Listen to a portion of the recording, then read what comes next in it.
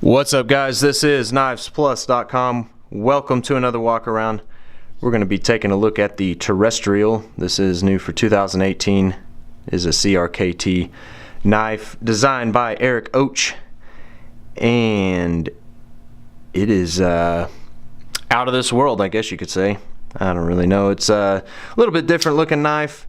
Got a really great feel to it, especially with the finger chool there and a little bit of a cutout for the thumb ramp as well. There's no jimping here or anything, but you can really choke up on the blade, just get a great grip. The knife's not super large. It's got about a 4.5 inch closed length on it, about a 3¼ inch blade, so not a large knife, but with those additions to the blade there, you can really get just a great grip on that knife.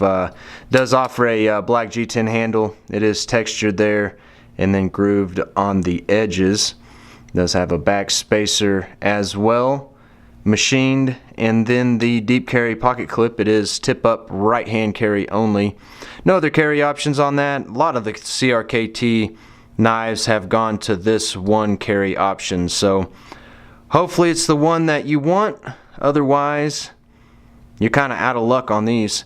Does have a decorative pivot on there as well. That's going to be pretty commonplace for the new 2018 CRKT knives. Flipper here, it's not jimped on the top, but because it's kind of ramped up, you can still get a pretty good grip on it. Opens up nicely, rides on the IKBS ball bearing system, so it's a really smooth opener. Does have a liner lock here. Nice thick steel liners as well. They did mill out some of the inside to kind of help on the weight. Does weigh 4.5 ounces. Nice thick spine through here as well, and blade steel is an 8CR13 MOV. Swedge cut here in a hollow grind on the blade, but a pretty cool little knife by CRKT. Sells for around 40 bucks, so again, just a modestly priced knife.